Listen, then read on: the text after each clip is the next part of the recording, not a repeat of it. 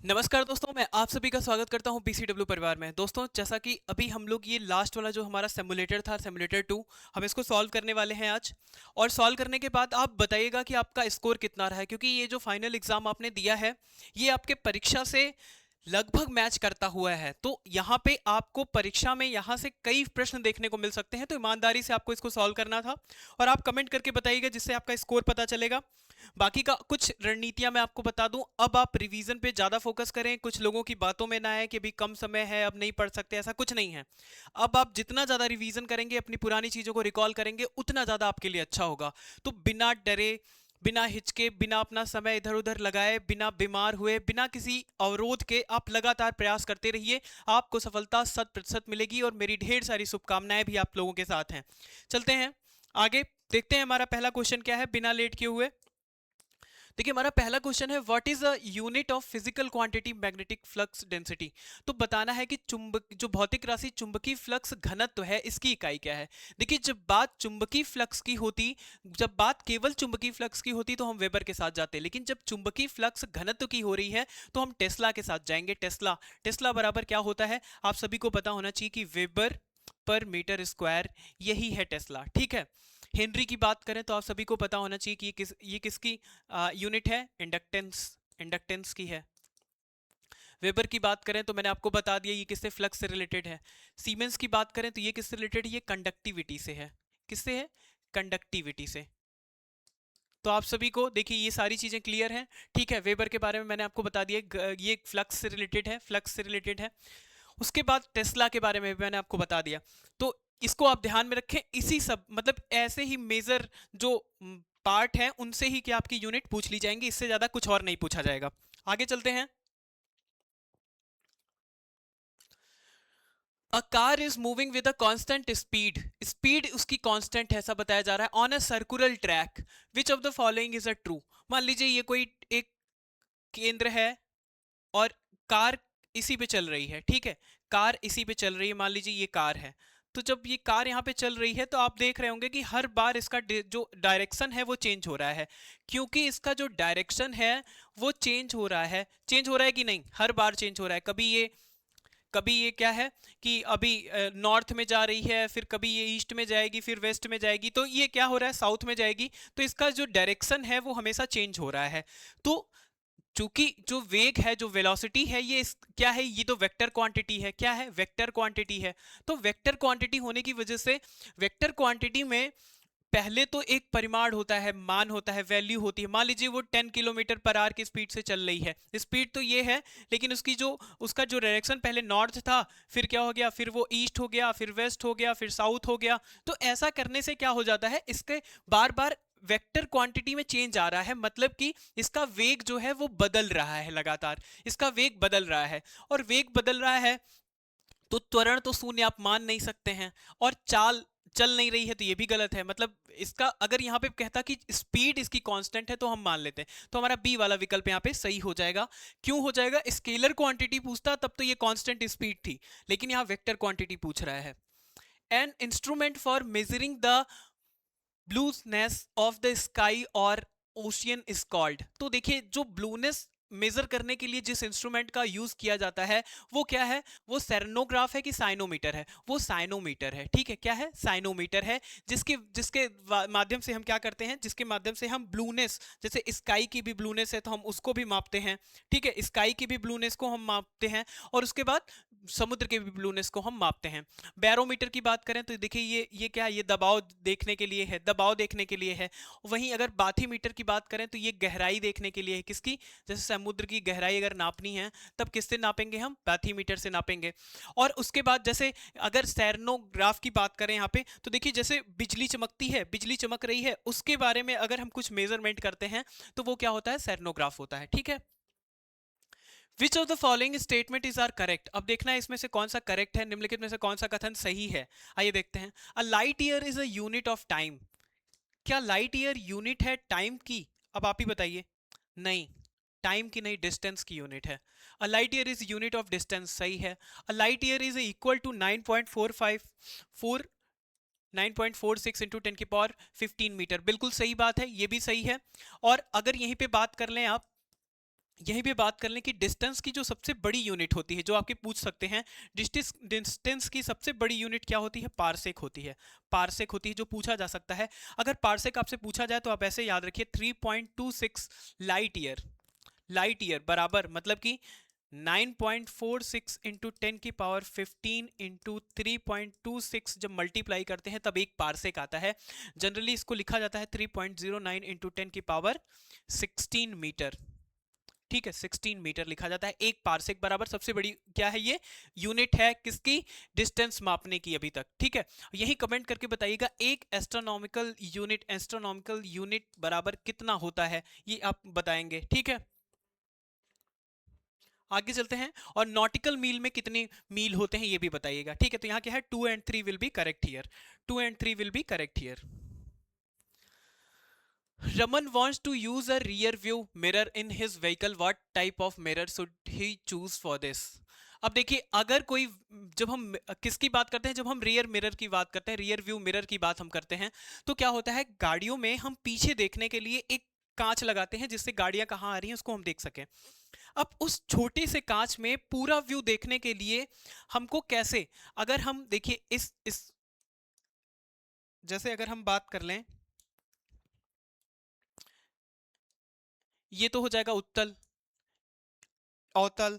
अब बात यहाँ ऐसे ही है कि अगर हम इस मिरर का यूज करेंगे तो ये क्या होगा? इस छोटे से मिरर को ये बड़ा कर देगा। तो अगर हम इसको लगाएंगे तो क्या होगा कि एक ही चीज की बड़ी छवि हमको दिखाई देगी। तो क्या होगा यहाँ पे? जो देख लीजिए, यहाँ पे जो कॉन्वेक्स है वो तो ठीक है, लेकिन अगर बात जैसे ही आप करेंगे कॉनकेव की, तो कॉनकेव में क्या हो जाएगा? कॉनकेव में क्या हो जाएगा? वहां पे जो वहां की छवि बनने लग जाएगी, वो छवि कैसे बनने लग जाएगी? वो बड़ी बनने लग जाएगी। आपको समझ में आ रहा होगा कि मैं क्या कह रहा हूं? मैं क्या कह रहा हूं? वहां इसकी छवि, इस छोटी सी चीज की छवि बड़ी होने लग जाएगी। जबकि अगर हम इसी की बात करें तो इतनी बड़ी चीज की छवि यहाँ पे छोटी बनेगी। मतलब पीछे से कोई गाड़ी आ रही है, 3-4 गाड़ियां आ रही हैं, तो इन सब की छवि यहाँ पे क्या छोटी जगह यहाँ पे बन जाएगी, क्योंकि वो क्या करेगा? यहाँ से जो रेज आएंगी उनको वो छोटा करेगा, नैरो करेगा। तो ये कौन सा? ये कॉन्वेक्स है। ये कॉन्वेक्स मिरर ही है। कॉन्वेक्स मिरर ही है जो क्या करता है? किसी भी इमेज को छोटा करता है, छोटा करता है। लेकिन जो कॉनकेव है वो क्या करता है? कॉनकेव हमेशा मिरर को बड़ा, मतलब इमेज को बड़ा करता है। इसलिए कॉनकेव यहाँ पे काम नहीं आएगा, कॉन्वेक्स ही काम आएगा। ठीक है, समतल दर्पण की बात करें तो जितना ही प्लेन, जितना व्यू है उतना ही दिखाएगा। लेकिन यहाँ पे प्लेन मिरर में एक खामी ये होगी कि हम बस उतनी ही दूरी देखें तो कांच की लंबाई तो इतनी बड़ी ही है, तो इतनी दूर का देख के हम क्या ही करेंगे? हमको ज्यादा देखना है तो ज्यादा कवरेज के लिए कॉन्वेक्स मिरर यूज किया जाता है। और सिलेंड्रिकल जो मिरर होता है, इसका काम जनरली ये होता है कि ये बिखरी हुई चीजों को इकट्ठा कर देता है, सन रेज को ये इकट्ठा कर देता है, ये इसका काम है। Electric current is defined as the, अब देखिए इलेक्ट्रिक करंट की बात करें कैसे परिभाषित किया जाता है? Flow of energy. देखिए आई इज इक्वल टू क्या होता है? Q by T. क्यू क्या है? आवेश है। ठीक है, आवेश चार्ज है। चार्ज जितना सर्कुलेट हो रहा है टाइम के प्रस्पेक्टिव में, उसी को हम क्या कहते हैं? उसी को हम कहते हैं इलेक्ट्रिक करंट। अब यहाँ पे बात ये है कि ये चार्ज कैसे सर्कुलेट होता है? ये इलेक्ट्रॉन के सहायता से क्या होता है? इलेक्ट्रॉन के हेल्प से क्या होता है? सर्कुलेट होता है। उसी की बात यहाँ पे हो रही है। तो यहाँ पे क्या है? फ्लो ऑफ इलेक्ट्रिक चार्ज, आवेश के बीच बल नहीं, आवेश के बीच प्रतिरोध नहीं, ऊर्जा का प्रवाह नहीं, आवेश का प्रवाह। ठीक है, जो ये सर्कुलेशन ऑफ इलेक्ट्रिक चार्ज है, यही किससे रिलेटेड है? इलेक्ट्रिक करंट से रिलेटेड है, जो कि डायरेक्ट रिलेटेड है किससे? इलेक्ट्रॉन से। इलेक्ट्रॉन की दिशा हमेशा चार्ज के अपोजिट होती है, इस बात को ध्यान में रखें आप। The relation between electric power, current and resistance is, क्या है? अब देखते हैं। देखिए जल्दी से देख लेते हैं इसमें हम।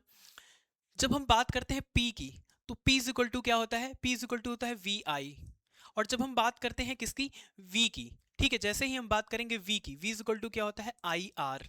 IR, ये दो इक्वेशन आपके सामने हैं। अब इन्हीं को आप क्या करेंगे? आप यूज कर लेंगे। V की वैल्यू यहां रख देंगे तो क्या हो जाएगा?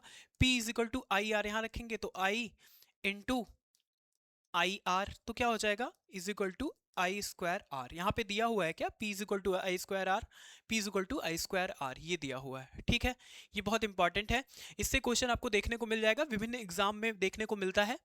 ठीक है, आइए देखते हैं अब अगला क्वेश्चन। द टर्म आइसोटोप्स, जब हम आइसोटोप्स की बात करते हैं, क्वाइंड बाय, किसके द्वारा दिए थे? फ्रेडरिक सॉडी। कौन था? फ्रेडरिक सॉडी थे, जिन्होंने क्या समस्थानिक की खोज की थी। किसकी खोज की थी? समस्थानिक की खोज की थी। अच्छा यहाँ पे एक चीज और है कि आप कभी कभी आप कंफ्यूज हो सकते हैं कि ये होता क्या है समस्थानिक। समस्थानिक का मतलब आप सीधी भाषा में आप देखिए, कार्बन 12, कार्बन 13, कार्बन 14 का नाम आपने सुना है, ठीक है। इन सब में क्या होता है? इन सब में प्रोटॉन तो 666 होता है, लेकिन जो न्यूट्रॉन होता है वो क्या होता है? वो 12 होता है, 13 होता है और 14 होता है। तो कहने का मतलब ये प्रोटॉन है और ये न्यूट्रॉन है। न्यूट्रॉन का नंबर वेरिएबल होता है, जबकि प्रोटॉन क्या होता है? एक होता है, ठीक है। तो प्रोटॉन का नंबर यहाँ पे चेंज हो रहा है, लेकिन न्यूट्रॉन का नंबर यहाँ पे चेंज नहीं हो रहा है। और यही चीज फ्रेडरिक सॉडी ने बताया था। कब बताया था? 1913 में बताया था, 1913 में बताया था फ्रेडरिक सॉडी ने, ठीक है। जे जे थॉमसन और चैंडविक की बात करें, रदरफोर्ड की बात करें, तो आपको सभी को पता होगा, जो मैंने आपको वैसे भी पता होगा, इलेक्ट्रॉन किसने खोजा? इलेक्ट्रॉन की खोज किसने की? तो कौन था? थॉमसन। थॉमसन। फिर बात करें प्रोटॉन की, अगर प्रोटॉन की बात आप कर लें, प्रोटॉन की बात करें, प्लस यहाँ पे जो साइन है ये प्रोटॉन बताता है, ये रदरफोर्ड है, रदरफोर्ड है। फिर न्यूट्रॉन की बात करें तो चैंडविक है। कौन है? चैंडविक है। इस बात को ध्यान में रखें, आगे चलते हैं। विच of the following is a characteristic feature of lanthanides? अब देखिए लेंथेनाइट्स की बात वो करें, इसमें क्या होता है? जनरली 57 से परमाणु क्रमांक 57 से लेके 71 वाले जो एलिमेंट हैं उन्हीं को क्या कहते हैं? ये 8th ग्रुप में हैं, ये 8th ग्रुप में हैं। और इसमें क्या होता है, आइए देख लेते हैं। 8th ग्रुप में होते हैं, और इसमें जनरली क्या होता है? इनके जो ऑक्सीडेशन नंबर हैं, ऑक्सीडेशन नंबर हैं, वो क्या होते हैं? +3 होते हैं, +2 होते हैं और +4 होते हैं। तो एक तरीके से इनका ऑक्सीडेशन नंबर क्या हो रहा है? चेंज हो रहा है। मतलब they exhibit variable oxidation state and have similar chemical properties. क्योंकि एक ही ग्रुप के हैं इसलिए इनकी केमिकल प्रॉपर्टी तो एक होती है, लेकिन इसमें जो ऑक्सीडेशन स्टेट है वो अलग अलग होता है। तो बी वाला विकल्प यहाँ पे हमारा सही हो जाएगा, ठीक है। ये सारे नंबर यहाँ पे लेंसम, सीरियम, ये सारे नंबर जो हैं ये किससे रिलेटेड हैं? ये एफ ब्लॉक एलिमेंट, ये एफ ब्लॉक एलिमेंट लेंथेनेट्स हैं, ठीक है, लेंथेनेट्स हैं। आगे चलते हैं। How many group were present in Mendeleev's periodic table? तो जो मेंडलीव ने जो पीरियडिक टेबल दिया था उसमें कुल 8 ग्रुप था। कितना ग्रुप था? 8 ग्रुप था। ये था, हालांकि इसमें कुछ स्थायित्व को लेके, कुछ इनके एग्जिस्टेंस को लेके दिक्कत हो गई थी, जिसकी वजह से क्या हुआ था, इनको फिर हटा दिया गया। लेकिन शुरुआत यहीं से हुई थी। इसमें कुल 8 ग्रुप हैं। कितने ग्रुप हैं? कुल 8 ग्रुप हैं। तो आप इसको ध्यान में रखेंगे कि कितने ग्रुप होते हैं? 8 ग्रुप होते हैं, ठीक है। किसमें? इस सारणी में। The most electronegative element is, देखिए इलेक्ट्रोनेगेटिव की बात क्या होती है? इलेक्ट्रोनेगेटिव का मतलब होता है, मान लीजिए कि ये कोई, थोड़ा सा समय लूंगा मैं आपका। मान लीजिए कि इसमें पूछ रहा है कौन सा है, इसका आंसर तो हो गया फ्लोरीन। क्या हो गया? फ्लोरीन हो गया। अब कैसे हुआ? तो देखिए, ऑक्सीजन का एटॉमिक नंबर कितना हो जाएगा? 8, नाइट्रोजन का 7, फ्लोरीन का 9 और क्लोरीन का कितना हो गया? क्लोरीन का हो गया 17, ठीक है, 17। अब इसी को हम सॉल्व कर लेते हैं। जब हम इसी को सॉल्व करते हैं तो यहाँ पे क्या मिलता है? आप क्लोरीन को छोड़ दीजिए, वैसे क्लोरीन को भी लेंगे तभी कंफर्म होगा। अब देखिए यहाँ पे अगर बात किया जाए, हाँ, ऑक्सीजन की, ऑक्सीजन में क्या हो जाएगा? 2 हो जाएगा और क्या हो जाएगा? 6 हो जाएगा। मतलब इस पे 2 नेगेटिव आ गया है, तो यहाँ पे 2 इलेक्ट्रॉन इसको चाहिए। अगर आप नाइट्रोजन की बात करें तो 2 एंड 5 हो जाएगा, इस पे 3 नेगेटिव हो गया, ठीक है। फ्लोरीन की बात करें तो यहाँ पे क्या हो जाएगा? 2 एंड 7 हो जाएगा, 1 नेगेटिव हो गया। 17 की बात करें तो 2 हो गया, 8 हो गया और 7 हो गया, 1 नेगेटिव हो गया। अब देखिए, फ्लोरीन और क्लोरीन दोनों में क्या एक एक इलेक्ट्रॉन की जरूरत है। तो ऑक्सीजन और नाइट्रोजन तो पहले ही कट हो गए, क्योंकि इसकी विद्युत ऋणात्मकता कितनी भी होगी, इसकी इलेक्ट्रोनेगेटिव एलिमेंट्स होंगे, लेकिन उस कितनी भी हो, लेकिन इसमें 2 और 3 होने की वजह से जो 1 वाला है वो ज्यादा उसको ज्यादा जरूरी होगा एक इलेक्ट्रॉन। इनकी इलेक्ट्रॉन की जो आवश्यकता है, नीड है, उसी से इनको इनकी इलेक्ट्रोनेगेटिविटी निर्धारित होती है, डिसाइड होती है। तो ऑक्सीजन और नाइट्रोजन तो कट गए, अब फ्लोरीन और क्लोरीन बचे। देखिए फ्लोरीन क्या है कि जो अंदर इलेक्ट्रॉन और न्यूट्रॉन और प्रोटॉन होते हैं, वो मतलब न्यूक्लियस से जितने पास, मान लीजिए ये एक आउटर मोस्ट था और एक आउटर मोस्ट ये है, यहाँ पे 2 इलेक्ट्रॉन है, ठीक है। ऐसे कर देख लेते हैं, यहाँ पे 2 इलेक्ट्रॉन है और ये जो बाहर वाला है यहाँ पे कितने हैं? 8 हैं। मतलब बाहर वाले पे 7 है, 1 2 3 4 5 6 7। इनको एक और चाहिए, जो एक चाहिए वहां पे मैं ग्रीन कर दे रहा हूं, इनको एक चाहिए। तो जब इनको चाहिए तो ये क्या है, इन पे दो फोर्स काम करेंगे। पहला फोर्स क्या काम करेगा, पहला फोर्स काम करेगा न्यूक्लियस वाला। एक तो पहला फोर्स काम करेगा कौन सा, न्यूक्लियस वाला। और दूसरा फोर्स काम क्या कर रहा है, इनकी इलेक्ट्रॉन की आवश्यकता, मतलब इलेक्ट्रॉन का जो वैलेंसी है वो इलेक्ट्रॉन वैलेंसी, तो इस पे दो फोर्स काम कर रहा है।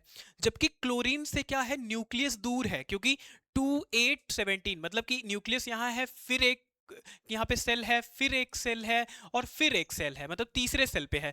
तो फ्लोरीन का पास है, इसलिए इसकी इलेक्ट्रोनेगेटिविटी क्या होगी, ज्यादा होगी, फ्लोरीन की सबसे ज्यादा होती है फ्लोरीन की। If the soil is too acidic, अगर सॉइल बहुत ज्यादा एसिडिक है तो it can be neutralised by adding. देखिए जब एसिडिक है तो इसमें क्या मिलाना पड़ेगा, बेस मिलाना पड़ेगा। सिरका तो खुद एसिड है, नहीं होगा।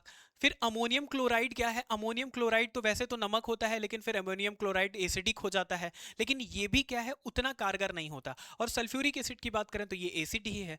तो हम मिलाएंगे क्या, कैल्शियम ऑक्साइड। ये क्या बेस है, कैल्शियम ऑक्साइड मिलाने पे क्या होगा, एक तरीके से उनका जो अच्छा मतलब अम्लीयता है वो घट जाएगी, ठीक है, और वो सामान्य हो जाएंगे। तो इसको आप ध्यान में रखें।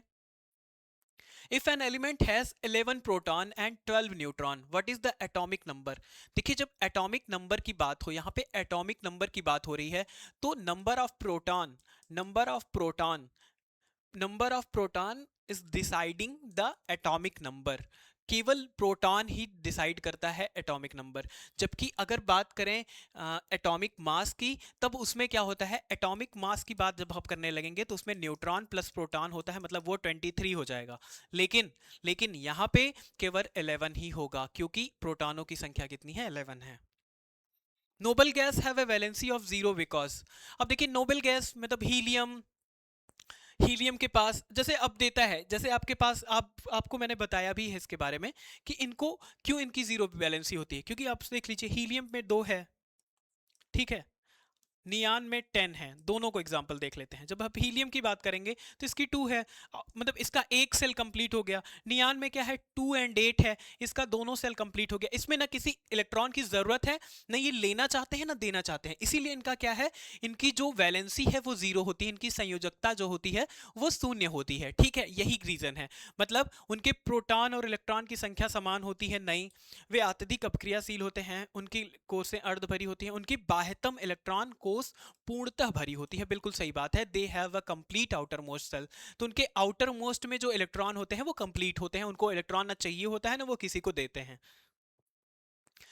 Histoplasmosis mimicking TB primarily affect which organ, तो ये फेफड़े को इफेक्ट करता है, फेफड़े को, लंग्स को इफेक्ट करता है, ठीक है। इसमें एक हिस्टोप्लाज्म करके एक क्या है, एक बैक्टीरिया होता है, एक कवक होता है, जिसकी वजह से क्या होता है, ये जनरली इफेक्टिव होता है, और ये वैसा ही बिहेव करता है जैसे कि क्या दिख रहा है आपको, टीवी जैसे दिखता है, लेकिन बाद में ये अन्य अन्य अंगों को भी क्या करता है, प्रभावित करता चला जाता है। लेकिन यहाँ पे ध्यान देने वाली बात यही है, यहाँ पे बात देने वाली बात यही है कि क्या है, ये हिस्टोप्लाज्मोसिस फेफड़े को नुकसान पहुंचाता है, ठीक है। आगे चलते हैं। अब जिम्नोस्पर्म और एंजियोस्पर्म में क्या डिफरेंस है, और जिम्नोस्पर्म में क्या पाया जाता है जो इम्नोस्पर्म में नहीं पाया जाता है। तो देखिए उनमें फूल होते हैं, पहली बात। फिर क्या है, बंद आवरण युक्त बीज से फूल। तो देखिए पहली बात तो किसमें, जिम्नोस्पर्म एंजियोस्पर्म से भिन्न नहीं है, क्योंकि वो नॉन उसमें फूल होते हैं, इसमें नहीं होते हैं, तो ये नहीं होगा पहली बात। फिर क्या है, ब्लैक इनक्लोज सीड, तो इसमें बंद आवरण युक्त बीज से रहित होते हैं। यही क्या है, इसकी सबसे बड़ी खासियत है कि लैक ऑफ इनक्लोज सीड, ठीक है। संवहनी उत्तक से रहित होते हैं, ऐसा नहीं है। बहुकोशिकी गैमेटोफाइट रखते हैं, ऐसा भी नहीं है। आइए एक छोटा सा डिफरेंस यहाँ पे देखते हैं जो आपको हमेशा देखने को मिल सकता है। अब जब एंजियोस्पर्म की बात करें तो दीज आर फ्लावरिंग प्लांट, ठीक है, इसमें फ्लावर पाया जाता है। लेकिन जब जिम्नोस्पर्म की बात करेंगे तो इसमें फ्लावर नहीं होते हैं, मतलब ये फ्लावरिंग प्लांट नहीं है। Seeds are enclosed inside an ovary that measures from a fruit, तो इसका बिहेवियर है। और seeds are exposed, मतलब ये enclosed नहीं होते हैं, ये बात बता रही है। इसके जो स्टेम होते हैं वो हार्डवुड होते हैं और इसके सॉफ्टवुड होते हैं, ठीक है। Leaves in this plants are broad and flat, इसके जो लीव्स होते हैं एंजियोस्पर्म के, ये ब्रॉड होते हैं और कैसे होते हैं, फ्लैट होते हैं। जबकि इसके लीव्स की बात करें जिम्नोस्पर्म के, तो ये क्या होते हैं, निडल लाइक, स्केल लाइक, ठीक है। जैसे पाइन, आप पाइन मतलब चीड़ का पेड़ देखें तो उसका ही एग्जाम्पल है, ठीक है। Xylem form vessels in angiosperm, xylem does not form vessels in the gymnosperm. इसमें क्या, इसमें जो जाइलम होता है पतली पत्तियां हैं, तो उसमें क्या वेसल्स कैसे ही बनेगा, ये जानने वाली बात है, ठीक है, जानने वाली बात है। उसके बाद ये डबल फर्टिलाइजेशन ये सब नहीं इंपॉर्टेंट है।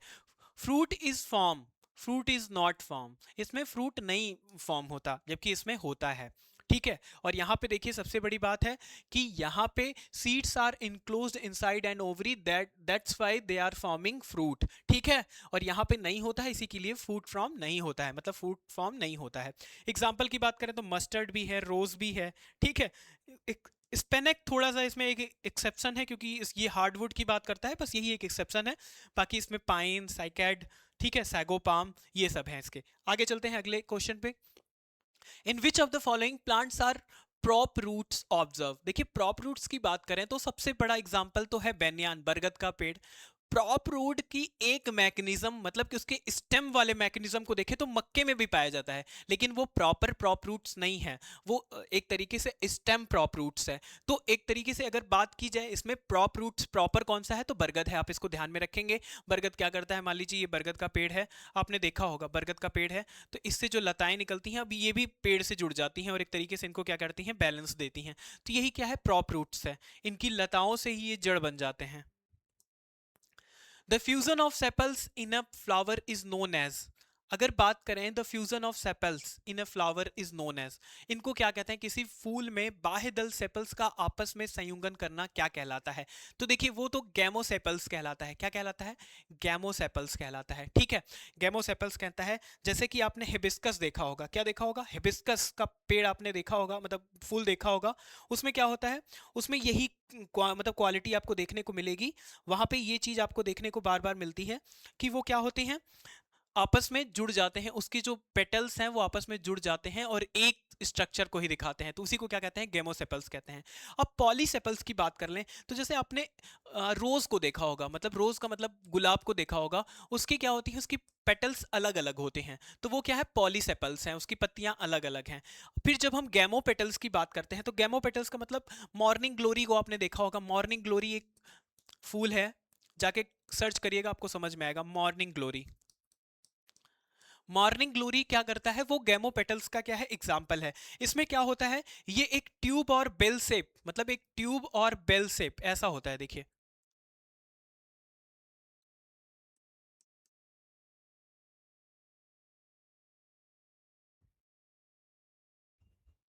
कुछ ऐसा, इसी आकृति होती है इस फूल की बेल शेप में, तो इसको क्या कहते हैं, गैमो पेटल्स कहते हैं। अब जब पॉली पेटल्स की बात करें, देखिए पॉली पेटल्स क्या है, वो एक तरीके से डेजी, मतलब उसके पेटल्स अलग अलग होते हैं पॉली पेटल्स में, पॉली पेटल्स में, इसमें जो सेपल्स अलग है उसमें पेटल्स अलग होते हैं। तो ये भी क्या है, डेजी इस फूल का एग्जाम्पल है। अगर डेजी कभी पूछे आपसे, दे दे फ्लावर्स के नेम और उनके टाइप्स, तो आप उसमें मैच कर सकते हैं। इसका हिबिस्कस होता है, क्या होता है, hibiscus. The type of meristematic tissue found at the tips of root and shoot is called, तो इसमें क्या कहलाता है, जड़ और शिखर की नोक पर पाए जाने वाले विभ्योजक, जो विभ्योतक उतक होते हैं, इनको क्या कहा जाता है, तो देखिए इनको क्या कहते हैं। सबसे पहली बात तो ये है कि इसमें दिया हुआ है पार्श्व विभ्योतक, मतलब लेटरल मेट्रिस्टेम, मेरिस्टेम, फिर इंटरकैलरी मेरिस्टेम, फिर एपिकल मेरिस्टेम, जिसको एपिकल कैरिस्टेम, और फिर कैम्बियम। तो जब यहाँ की बात हम कर लें तो ये क्या होता है, ये होता है एपिकल मेरिस्टेम, ठीक है। ये शीर्षस्थ विभ्योतक इसको कहते हैं, ठीक है, शीर्षस्थ विभ्योतक इसको कहते हैं, ठीक है। इस बात को आप ध्यान में रखेंगे, एक तरीके से वृद्धि के लिए ये क्या होता है, ग्रोथ के लिए ये इंपॉर्टेंट होता है। The smallest function unit of life is, क्या है, परमाणु, मतलब जीवन की सबसे छोटी क्रियात्मक इकाई क्या है, आप सभी को पता होगा, एटम है, सेल है, ऑर्गन है, टिश्यू है, क्या है। देखिए जब बात हम करते हैं फंडामेंटल यूनिट ऑफ बॉडी की, तो फंक्शनल यूनिट की बात होती है और ये होता है कोशिका, cell. The phenomenon where an organism maintain a constant internal environment despite external change is called, वह प्रक्रिया जिसमें जीव अपने बाहरी परिवर्तन के बावजूद अपने आंतरिक पर्यावरण को स्थिर बनाए रखता है, उसे क्या कहते हैं? उसे कहते हैं होम्योस्टेसिस। ठीक है, समस्थितिकी कहते हैं उसको। अच्छा, उसमें ध्यान देने वाली बात यह है कि वो कंट्रोल करता कौन है? हाइपोथैलेमस। हाइपोथैलेमस क्या करता है? हमारे टेम्परेचर, ब्लड प्रेशर, हमारी जो एक्टिविटी, लिक्विड कंटेनिंग, ये सारी चीज़ों को कौन करता है? कंट्रोल करता है हाइपोथैलेमस। हमारे मस्तिष्क में हाइपोथैलेमस पाया जाता है और वही कैसी स्थिति लाता है? होम्योस्टैटिस वाली स्थिति लाता है, उसी को कहते हैं homeostasis. Select the option that express the given sentence in active voice. अब देखिए क्या है यहाँ पे, ऑप्शन क्या है? The key have been forgotten by Riya, ये थर्ड फॉर्म है, forgotten by Riya. The key, ये ऑब्जेक्ट है। ठीक है, अब यहाँ पे क्या करेंगे? इसको पहले तो चेंज करना है। ठीक है, इसको चेंज करना है तो रिया पहले आ जाएगा, रिया। अब हैव बीन है तो हैव बीन चेंज हो जाएगा हैज में। फॉरगॉटन, फॉरगॉटन में ही रहेगा, मतलब कि वो क्या होगा? V3 में ही रहेगा, V3 में ही रहेगा, तो फॉरगॉटन।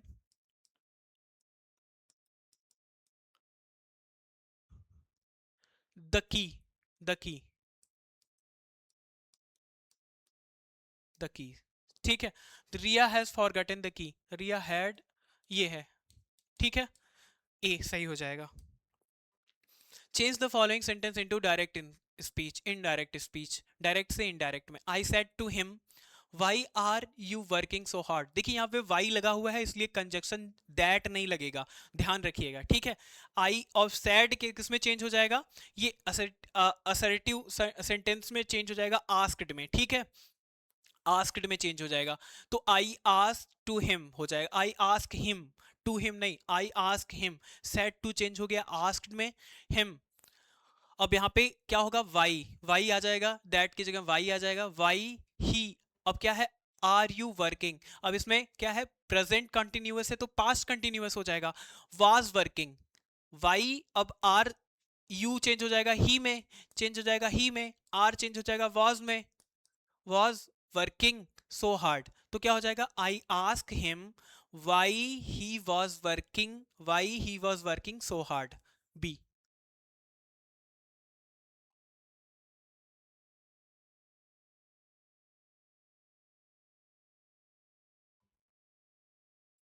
ये डी, बी नहीं, इसमें वाज ही वर्किंग हो गया है ना, ये डी नहीं, ए डी होगा। ठीक है, आगे चलते हैं। Which act ended the East India Company's trade monopoly in India except from tea and China trade? जब बात करें 1813 एक्ट की, तो इसने केवल चाय और चीन के व्यापार को छोड़कर व्यापारी के अधिकार को समाप्त किया था, लेकिन 33 में सब समाप्त कर दिया था, सब समाप्त कर दिया था। यहाँ पे सही आंसर ए हो जाएगा। ठीक है, 33 में सब समाप्त कर दिया था। अब ये भी बताइए कि 33 से फिर क्या हो गया था? 33 से फिर वो क्या हो गए थे? गवर्नर जनरल ऑफ इंडिया हो गए थे बंगाल से। ठीक है, बंगाल से गवर्नर जनरल ऑफ इंडिया हो गए थे। 13 में बाकी का और सारी चीजें प्रतिबंधित थी। ठीक है, आगे चलते हैं, समाप्त था। Who started the first printing press in India in 1556? देखिए किसने किया था? ये पुर्तगालीज ने किया था, पुर्तगालीज ने किया था। ठीक है, पुर्तगाली मिशनरी ने किया था, 1556 में ही प्रिंटिंग प्रेस की क्या की थी? स्थापना कर दी थी। ठीक है, तो इस बात को आप ध्यान में रखेंगे। अच्छा, कभी कभी ये भी पूछ लेते हैं कि कहाँ पे किया था, तो आप सभी को पता होना चाहिए, गोवा में, गोवा में किया था। ठीक है, कहाँ पे किया था? गोवा में किया था पहले प्रिंटिंग प्रेस की स्थापना। आगे चलते हैं। Wood dispatch of 1854, would dispatch of would dispatch of 1854 is considered the foundation of which system in India? तो शिक्षा, मॉडर्न एजुकेशन सिस्टम की बात की गई थी वुड डिस्पैच में, वुड डिस्पैच में। ठीक है, मॉडर्न एजुकेशन सिस्टम की बात इसमें की गई थी।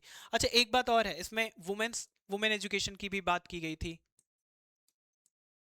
Women education.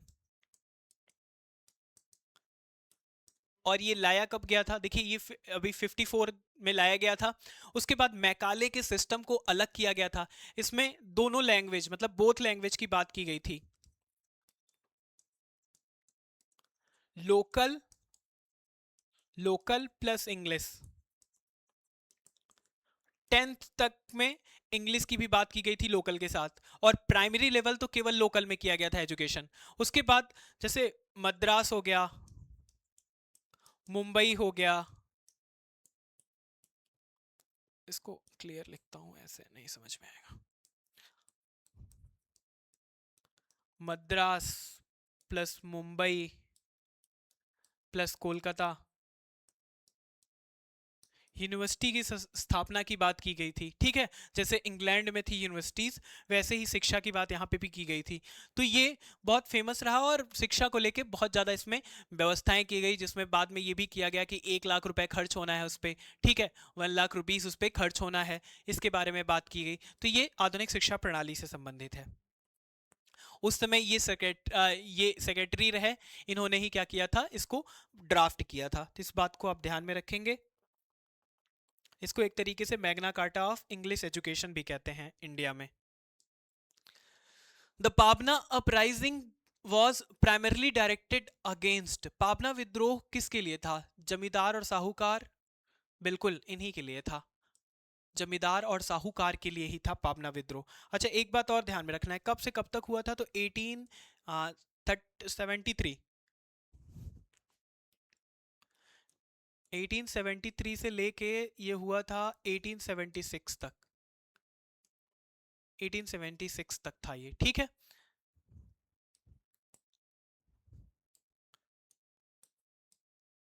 ठीक है, ये इतना आप ध्यान में रखेंगे। बंगाल से रिलेटेड है, पाबना बंगाल से रिलेटेड था। ठीक है, वहां पे क्या होने लगा था, जो जमींदार थे और साहूकार थे वो एक्स्ट्रा टैक्स वगैरह लगाने लगे थे किसानों पे, तो उसीलिए हुआ था। ठीक है, उसीलिए हुआ था, किसानों पे एक्स्ट्रा टैक्स लगाने के लिए ही हुआ था। तो ए वाला विकल्प यहाँ पे सही हो जाएगा। आगे चलते हैं। The all India trade union Congress, the all India trade union Congress was form in which year, ये एनएम जोशी ने इसको फॉर्म किया था 19 मतलब 31 अक्टूबर 1920 में किया था। ठीक है, 1920 में किया था, और इसके जो पहले प्रेसिडेंट थे वो लाला लाजपत राय थे। तो यहाँ पे 20 हो जाएगा हमारा सही आंसर। ठीक है, एम एन जोशी का नाम भी याद रखें, एन एम जोशी।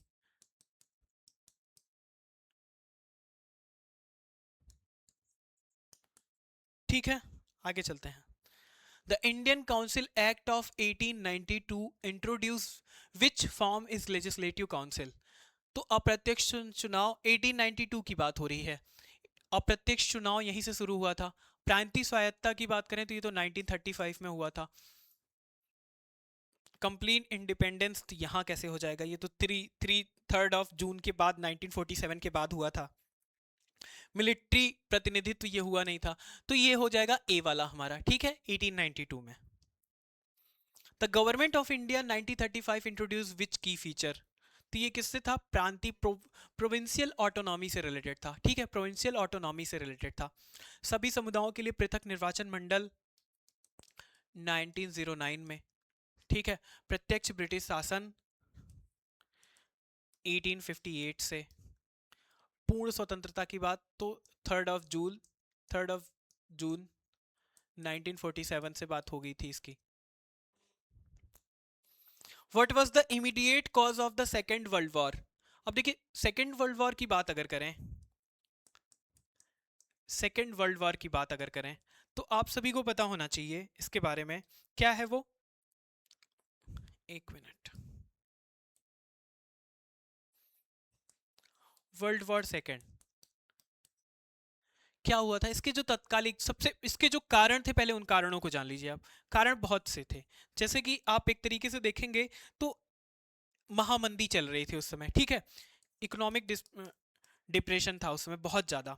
दूसरे की बात करें तो क्या था, जो वर्साइल की जो संधि थी, वर्साई की जो ट्रीटी थी, वो क्या थी, वो बहुत ज़्यादा जिस तरीके से वो इम्पोज किया गया था जर्मनी पे, जर्मनी भी अपने रिवेंज के लिए हमेशा तैयार रहता था।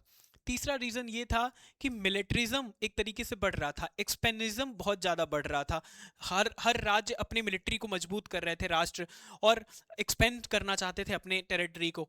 उसके बाद और भी कुछ चीज़ें थी, जैसे कि एक तरीके से देखा जाए तो अपने अपने वहां पे गुट गुट ज्यादा बन रहे थे, जैसे लीग लीग बहुत ज्यादा तैयार हो गया था कि ये लीग इस वाले राष्ट्र का समर्थन करेगा, उसका करेगा, ये सारे रीजन थे। लेकिन क्या हुआ था, ए फर्स्ट ऑफ सितंबर को जर्मनी ने पोलैंड पे अटैक कर दिया।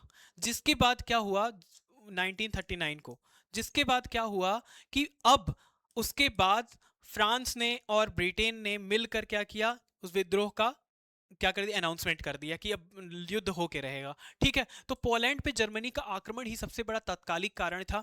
उसके बाद की बात करें, जैसे 1939 में यहाँ पे लिन लिथगो थे, लॉर्ड लिन लिथगो, जिन्होंने क्या कहा था कि भारत से बिना पूछे ही कर दिया था कि भारतीय उसमें साथ देंगे। फिर उसके बाद क्रिप्स मिशन आया, ठीक है, क्रिप्स मिशन आया जिसमें उनकी बात को नहीं माना गया।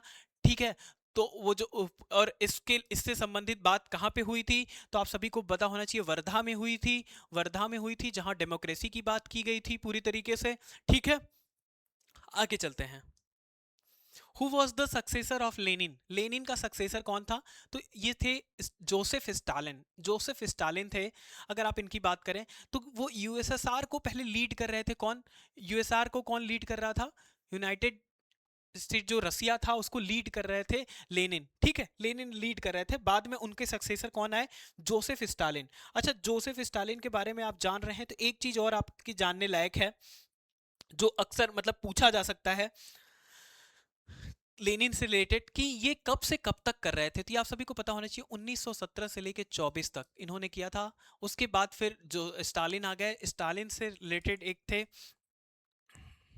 नाम लास्ट तक मैं आपको बता दूंगा, स्टालिन से रिलेटेड इनसे एक कहानी भी है जिसके बारे में आप पढ़ेंगे तो और भी अच्छे से ये आपके दिमाग में स्टेबल हो जाएगा। ठीक है,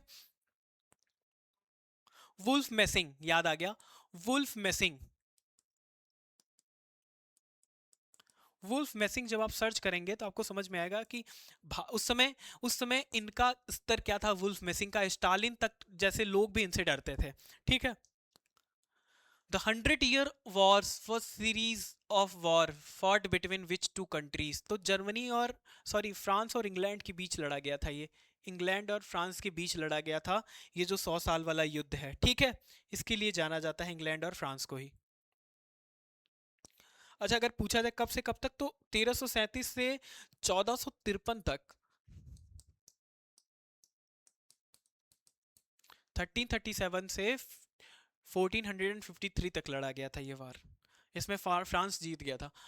फिर क्या है, the ninth mandal of the Rigveda Samhita is devoted wholly to home, तो बताना है आपको, ये है Soma, the god who is named after the drink, Soma उस पेय से नामित देवता जो है इनके नाम पर है।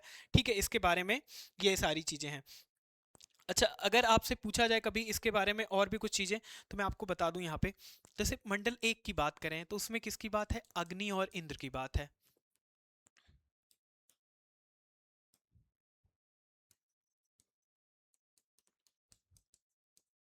अग्नि और इंद्र।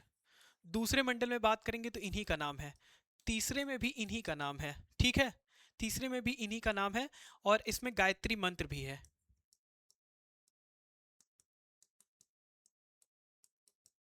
तीसरे मंडल में। चौथे की बात जब आप करेंगे तो चौथे में भी गायत्री और इंद्र की बात है। उसके बाद जो इंपॉर्टेंट है उस पर बात करते हैं पहले। फिर पांचवें में भी सोम की बात है, पांचवें में भी सोम की बात है। फिर अगर बात करें नौवें में भी सोम की बात है। ठीक है, नौवें में भी सोम की बात है।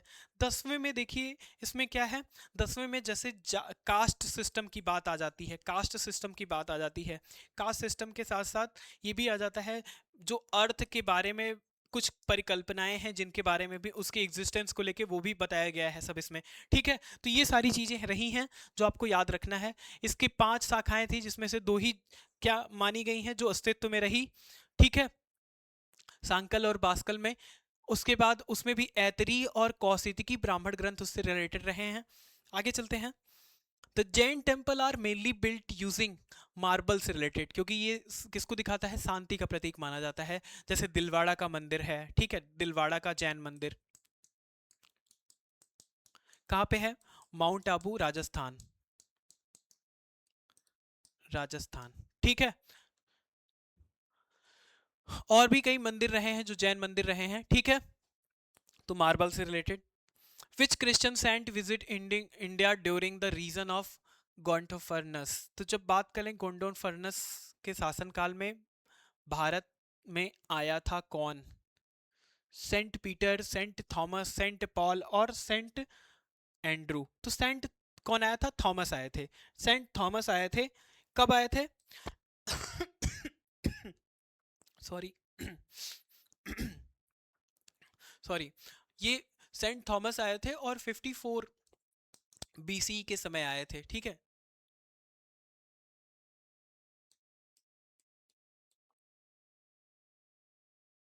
एडी के समय आए थे, 54 एडी के समय आए थे, ठीक है। ये बात आप ध्यान में रखेंगे। ऐसा बताया जाता है कि ये उसी समय आए थे। बर्नीस, जो बर्नी की फतवाए जहांदारी, ये जो फतवाए जहांदारी थी, ये मेनली कंसर्न्ड विथ व्हाट, मुख्यतः किस विषय से संबंधित रही है, तो ये मुस्लिम शासकों के कर्तव्य से रिलेटेड रही है। मतलब एक तरीके से ये कट्टरता को बढ़ावा दिया गया है इसमें। ये बताया गया है कि एक मुस्लिम शासक को कैसे शासन करना है, नॉन मुस्लिम को लेके भी कुछ रूल बनाए गए हैं इसमें। ये किससे रिलेटेड है, एमबीटी से, मोहम्मद बिन तुगलक के शासन काल में ही लिखा गया था, ठीक है।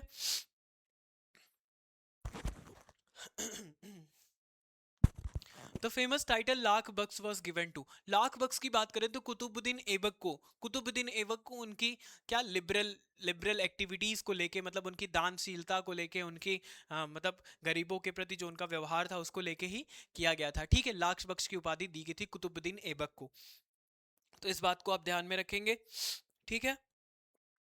आगे चलते हैं।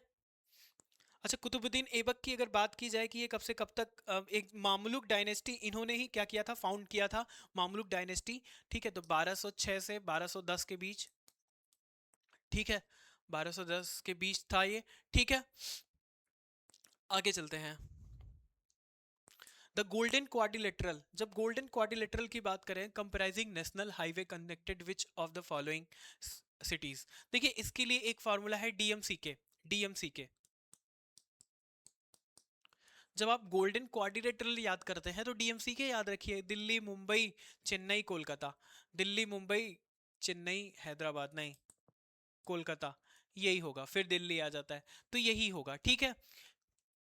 एक तरीके से ये नेशनल हाईवे डेवलपमेंट प्रोजेक्ट रहा है, ठीक है, जिसे डेवलप किसने किया था, नाई ने डेवलप किया था, ठीक है। और 2000 1999 में इसकी अवधारणा आई थी, 1999 में अटल बिहारी वाजपेयी जी प्रधानमंत्री थे और 2001 से ये क्या अस्तित्व में आया, ठीक है। ये बात आप ध्यान में रखेंगे। भारत माला परियोजना क्या है उसके बारे में कमेंट करके बताते जाइए, ठीक है। आगे चलते हैं। The first metro railway in India was inaugurated in Kolkata in which year, तो कब था, वो था 1980, देखिए 1970 से स्टार्ट हुआ था, ठीक है, जिसमें से 1971 में फ्रांस ने स्टडी किया था, फ्रांस ने स्टडी किया था, फ्रांस ने स्टडी किया था। फिर उसके बाद इसी के आसपास 1971-72 के आसपास ही फिर यूएसएसआर का भी क्या मिला था, सपोर्ट मिला था, और फिर इसको डेवलप किया गया था 1984 में, 1984 में, ठीक है। उद्घाटन हुआ था 1984 में, तब से ये बनना स्टार्ट हो गया था, और 1984 में इसको क्या कर दिया गया था, चालू कर दिया गया था। अच्छा, एग्जैक्ट डेट भी अगर आपसे पूछ ले तो आपको पता होना चाहिए, 24 अक्टूबर 1984। Which Indian state is known as garden of species, किसको कहते हैं, केरल को कहते हैं, केरल को। अच्छा, केरल से रिलेटेड ही एक फैक्ट और भी है, केरल से related, कुट्टनाद,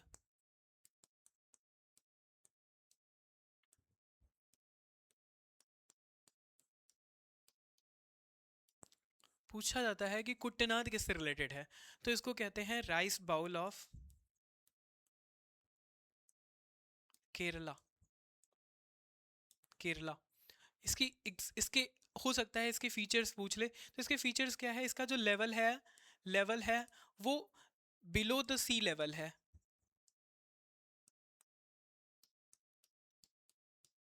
below the C level है। और यहाँ पे राइस प्रोडक्शन बहुत अच्छा होता है, राइस प्रोडक्शन बहुत अच्छा होता है, ठीक है। केरल से रिलेटेड है ही है, मैंने आपको बता दिया केरला से रिलेटेड है, ठीक है। तो इसका जो लेवल है वो सी लेवल से नीचे है, ठीक है। तो ये आप ध्यान में रखें, कुट्टनाद, कुट्टनाद। Which among the given state is the one through which both in the Tropic of Cancer and Indian standard time passes? तो इंडियन स्टेट बताना है कि कौन से हैं, तो पहले ये देख लेते हैं। IST की बात करें, इंडियन स्टैंडर्ड टाइम जोन की बात करें, तो ये कहाँ कहाँ से होके गुजरती है, ये कुल कितने राज्यों से होके गुजरती है? मध्य प्रदेश है। छत्तीसगढ़ है। छत्तीसगढ़ के बाद आंध्र प्रदेश है। उड़ीसा है, ठीक है, उड़ीसा है, ये यहां से होके गुजर रही है, ठीक है। उत्तर प्रदेश भी है, MP, UP, छत्तीसगढ़, आंध्रा और उड़ीसा, ये कुल 5 स्टेट हैं जहां से होके गुजरती है। और यहीं अगर ट्रॉपिक ऑफ कैंसर की बात कर लें, ट्रॉपिक ऑफ कैंसर की बात कर लें, ये कहां से गुजरती है, तो 8 स्टेट है, पहले गुजरात, फिर राजस्थान, फिर मध्य प्रदेश, फिर छत्तीसगढ़, फिर झारखंड, फिर वेस्ट बंगाल, फिर त्रिपुरा और फिर मिजोरम। मिजोरम कुल 1 2 3 4 5 6 7 8 स्टेट, और इसमें 5 स्टेट। तो दोनों में कॉमन क्या है, छत्तीसगढ़, छत्तीसगढ़ दोनों में कॉमन है। तो छत्तीसगढ़ से होके गुजरती है, पहली बात तो ये हो गई छत्तीसगढ़। इसमें 2 जगह का नाम, अगर स्टेट सॉरी डिस्ट्रिक्ट का नाम पूछे तो सूरजपुर, सूरजपुर याद रखिए। जगह का नाम आपसे सरगुजा पूछ सकता है, क्या, सरगुजा, सरगुजा याद रखेंगे आप, सरगुजा से होके गुजरती है छत्तीसगढ़। कोरिया भी दे सकता है, कोरिया, कोरिया स्थान का नाम है, वहां से भी होके गुजरती है, ठीक है। Consider the following statement, consider the following statement क्या है, Kashmir is located between great Himalaya and Pir Panjal, बिल्कुल है। Srinagar is on the bank of river Sutlej, नहीं, झेलम है, क्या है, झेलम, झेलम कौन से, कहां से निकलती है, कौन सा अनंतनाग है, वेरीनाग, अनंतनाग कहाँ से होके निकलती है, ये कमेंट करके बताइए, ठीक है। और अगर सतलज की बात करें तो सतलज के किनारे कौन सा इंडियन स्टेट है, लुधियाना, कौन सा है, लुधियाना पंजाब, ठीक है। तो एक केवल सही है यहाँ पे, ठीक है। सतलज, सतलज के बारे में अगर फैक्ट की बात करें तो सबसे पहला फैक्ट ये है कि सिपकिला दर्रे से, सिपकिला पास से ये भारत में प्रवेश करती है, ठीक है। चिनाब की सहायक नदी है जो जाके बाद में से इंडस की सहायक नदी हो जाती है, ठीक है। उसके बाद और भी कोई चीज़ अगर ऐसी है लुधियाना से पास हो रही है, इसके बारे में आप जान ही रहे हैं, ठीक है। तो एक इसका आंसर था, आगे चलते हैं।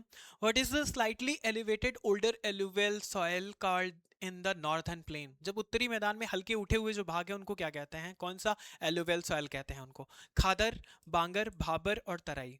जो खादर होती है इसको क्या कहते हैं, न्यू एलुवियल सॉइल, मतलब नवीन जलोढ़ मृदा।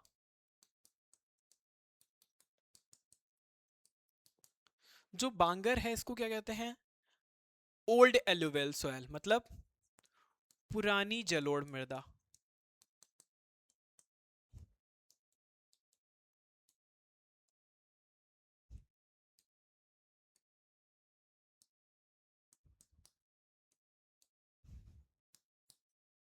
जलोढ़ मृदा, ठीक है। भाबर की बात क्या करें, तो भाबर के बारे में ऐसा है कि जब मिट्टी अपने साथ, मतलब नदियां अपने साथ बड़े बड़े कंकड़ पत्थर लेके आती है तो क्या होता है ऐसी टाइम पे, भाबर, भाबर उसी को भाबर कहते हैं, लेकिन होती वो भी जलोढ़ मृदा ही है, ठीक है। पथरीली मृदाएं जो होती हैं, ठीक है, स्टोन वाली, उसको भाबर कहते हैं। तराई की बात करें तो ये कैसी, ये दलदली भूमि है, ठीक है, दलदली नमी वाली भूमि है उसको कहते हैं। तो यहाँ पे पूछ रहा है उठे हुए भाग को क्या कहते हैं, तो बांगर कहते हैं, क्या कहते हैं, बांगर। भाबर तो मैंने आपको बता दिया क्या है, ये है बांगर। खादर को नवील जलोढ़ मृदा कहते हैं। The soil in the Terai region are deficient in which of the following? जब जब तराई रीजन की बात करें तो देखिए यहाँ पे क्या होती है, ये नमी वाली मिट्टी होती है, नमी वाली मिट्टी होने की वजह से यहाँ ह्यूमस बहुत होता है, नाइट्रोजन भी ठीक ठाक होता है, पोटास भी ठीक ठाक होता है, लेकिन फास्फेट जो होते हैं उनका निच्छालन होता है, लीचिंग होता है, लीचिंग, लीचिंग कहते हैं इसको, क्या कहते हैं, लीचिंग।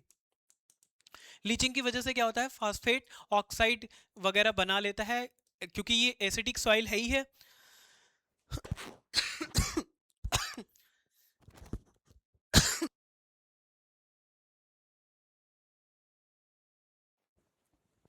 सॉरी, थोड़ी खांसी आ गई। लीचिंग की बात करेंगे, यहाँ लीचिंग हो जाता है। तो लीचिंग से क्या होता है, यहाँ पे इसका फास्फेट कम हो जाता है, जो कि एसिडिक होने की वजह से ये कुछ ना कुछ रिएक्शन करके इसमें फास्फेट की कमी होती चली जाती है, और पहले भी नमी होने की वजह से फास्फेट कम ही होता है इसमें। तो हमारा जो सी वाला है वही हो जाएगा सही। The major soil type found in the Indian deserts क्या है, जो रेगिस्तानी भाग में पाया जाता है, तो वो शुष्क और रेतीली मिट्टी है, ये सभी को पता है। जलोढ़ पाई नहीं जाएगी, लेटराइट भी नहीं और काली भी नहीं। Identified the false statement regarding the Narmada river. Narmada river के बारे में कौन सा गलत है, ये मध्य प्रदेश के अमरकंटक से निकलती है, बिल्कुल निकलती है, यहीं से सोन भी निकलती है। It is total length, it's total length is 1300 kilometre, बिल्कुल 1312 किलोमीटर है, सही है। यह कुल 3 राज्यों से होकर बहती है, बिल्कुल, कौन कौन से, महाराष्ट्र, महाराष्ट्र, गुजरात और मध्य प्रदेश, ये 3 स्टेट हैं जहां से होकर गुजरती है, ये भी सही है।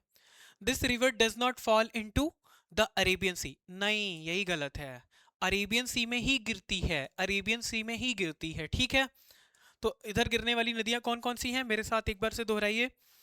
नर्मदा, साबरमती, तापी, माही, मांडवी, जुआरी, भरतपुंजा, सरावती, और कोई हो तो कमेंट करके बताइए, ठीक है। इतनी नदियां तो मेन हैं जिनके बारे में आपको पता ही होना चाहिए, इससे कोई भी कंफ्यूजन नहीं होगा यहाँ पे आपको। धुआंधार जलप्रपात जो बनता है, धुआंधार जलप्रपात, वो किस पे बनता है, वो किस पे बनता है, नर्मदा रिवर पे ही बनता है। वहां पे क्या होता है कि वो आवाज इसलिए आती है क्योंकि वहां पे वो जो मतलब चट्टान है वो बहुत ही क्या है, कठोर है, जिन पे पानी गिरने के बाद आवाज आती है, इसी की वजह से, और उनके फुहारे उड़ते हैं, जिसकी वजह से इसका नाम धुआंधार जलप्रपात पड़ा हुआ है, ठीक है। जबलपुर के पास। The rainfall in Punjab and Haryana during the winter season is mostly due to. अब देखिए यहाँ पे पूछ रहा है कि जो पंजाब और हरियाणा में शीत ऋतु के दौरान, शीत ऋतु के दौरान जो पानी बरसता है वो क्यों बरसता है, तो उसके रीजन क्या है। अब यहाँ पे कमेंट करके बताइए आप सभी कि उसका रीजन क्या है। देखते हैं, लोकल स्थानीय आंधी तूफान, बंगाल में खाड़ी से उत्पन्न चक्रवात मतलब cyclone from the bay of Bengal, और लोकल थंडरस्टॉर्म, वेस्टर्न डिस्टरबेंस और नॉर्थ ईस्ट ट्रेड विंड्स। तो नॉर्थ ईस्ट ट्रेड विंड्स, और कहाँ कहाँ हो रही है, केवल पंजाब और हरियाणा की बात यहाँ पे की जा रही है। किसकी बात की जा रही है, पंजाब और हरियाणा की। तो कंफ्यूज नहीं होना है इसके बारे में, आपको बताना है कि क्यों होती है ये। देखिए, सबसे पहली बात ये है कि आप यहाँ पे कंफ्यूज होंगे किसको किसको लेके। पहला आपको लगेगा नॉर्थ ईस्ट ट्रेड विंड्स, पहली बात। और दूसरा आपको क्या लगेगा, वेस्टर्न डिस्टरबेंस, क्या लगेगा, western disturbance. North east trade winds जो होती हैं, अगर इससे होती तो सबसे ज्यादा तो ये कश्मीर में हो जाती, हिमाचल प्रदेश में हो जाती, पंजाब और हरियाणा में भी होती लेकिन थोड़ा थोड़ा कम होती, ठीक है। लेकिन हिमालय की वजह से ये हो नहीं पाती है बहुत ज्यादा, तो इसके चांसेस कम होते हैं। पश्चिमी विक्षोभ जो होता है, पश्चिमी विक्षोभ कारण ही यही है कि वहां पे क्या होता है, जो आने वाली विंड्स हैं वो जो यहाँ पे जैसे ये हिमालय है, यहाँ पे अगर बात करें आप जैसे अगर यहाँ की बात करेंगे, इसकी बात करेंगे, तो यहाँ से कुछ हवाएं क्या है, पीछे जाने की बजाय इधर कट जाती हैं, और जो यहाँ कट जाती हैं वो इस रीजन में ही क्या करती हैं, वर्षा करती हैं। इसी को क्या कहते हैं, पंजाब और हरियाणा, और ये क्यों होता है, इसी को कहते हैं western disturbance, western disturbance. The लू is a type of wind associated with season in India. तो ग्रीष्म ऋतु से रिलेटेड है। काल बैसाखी किससे रिलेटेड है, कमेंट करके बताइए, काल Baisakhi. What is the effect of cyclonic storm surge on the coastal region of India? चक्रवाती तूफानों से उत्पन्न समुद्री ज्वार स्टॉर्म सर्ज को भारत के तटीय क्षेत्रों पर क्या प्रभाव पड़ता है, समुद्र का स्तर घट जाता है, लोअरिंग द सी लेवल, इसका क्या मतलब है भाई, प्रिवेंटिंग इरोजन, अपरदन को रोकना, अरे क्या ही अनाप शनाप बात है। फिर है inundating low lying area with saline water, निम्न क्षेत्र और निची भूमि वाले क्षेत्रों में खारा पानी मतलब आ जाता है तभी तो जलमग्न हो जाता है, तो बिल्कुल होता है। फिर क्या है, डिक्रीजिंग टेम्परेचर इन डेजर्ट, ताप रेगिस्तान में तापमान घट जाता है। अब स्टॉर्म तो आ रहा है किनारे पे, तो रेगिस्तान में तापमान क्यों घट रहा है? सी वाला। विच of the following reforms let the implementation of the government of India act 1919? तो मॉन्टेंगू चेम्सफोर्ड रिफॉर्म था वो, ठीक है। मॉन्टेंगू चेम्सफोर्ड, मॉन्टेंगू जो थे वो क्या थे, वो सेक्रेटरी थे, एडविन मॉन्टेंग्यू। और लॉर्ड चेम्सफोर्ड क्या थे, वो वायसराय थे, क्या थे, वायसराय थे। और ये क्या थे, सेक्रेटरी थे। तो इसीलिए मॉन्टेंग्यू चेम्सफोर्ड कहा गया इसको 1919 के सुधारों को। और एक बात और है, इसी को लास्ट में चेक करने के लिए साइमन कमीशन का गठन किया गया, साइमन कमीशन का गठन किया गया था, ठीक है। मार्ले मिंटो कब से रिलेटेड है, तो मार्ले मिंटो रिलेटेड थे कब से, 1909 से, ठीक है, 1909 से। अब आप ये बताइएगा कि दास प्रथा का अंत कब किया गया था और किसके शासनकाल में किया गया था? यंग बंगाल जो पत्रिका लिखी गई थी वो किसने किया था? विवियन डिरीजियो ने अगर लिखा था, डिरीजियो ने अगर लिखा था, मतलब ये शुरू किया था, तो कौन से ईयर में? ईयर कमेंट करके बताइए, ईयर कमेंट करके बताइए। The total member of assembly was 389, of which were representative of princely state. देखिए जब बात करें पहले, तो वैसे तो लास्ट में आके ये 299 हो गया था आफ्टर 3 जून 1947 के बाद, लेकिन पहले तो ये 389 ही था, जिसमें से 93 किसको दिया गया था? प्रिंसली स्टेट को दिया गया था, ठीक है, रिप्रेजेंट द प्रिंसली स्टेट। 93 किसको दिया गया था? प्रिंसली स्टेट को दिया गया था। और इसमें किसी भी टाइप का कंफ्यूजन नहीं होना चाहिए आपको, ठीक है। आगे चलते हैं, लास्ट में 299 हो गया था, ठीक है। How many women members were there in constituent assembly? संविधान सभा में मेंबर वुमेन कितनी थी? 15 थी। आइए उनका नाम भी देख लेते हैं जल्दी जल्दी। अम्मू स्वामीनाथन, एनी मैस्करन, बेगम आयजा रसूल, दक्षाइनी वेलुवेंदन, ठीक है, दुर्गाबाई, हंसा देवराज, कमला चौधरी, लीला रॉय, मालती चौधरी, पूर्णिमा बनर्जी, राजकुमारी अमृत कौर, रेणुका राय, सरोजनी नायडू, सुचिता कृपलानी, विजय लक्ष्मी पंडित। कौन कौन से इंपॉर्टेंट हैं?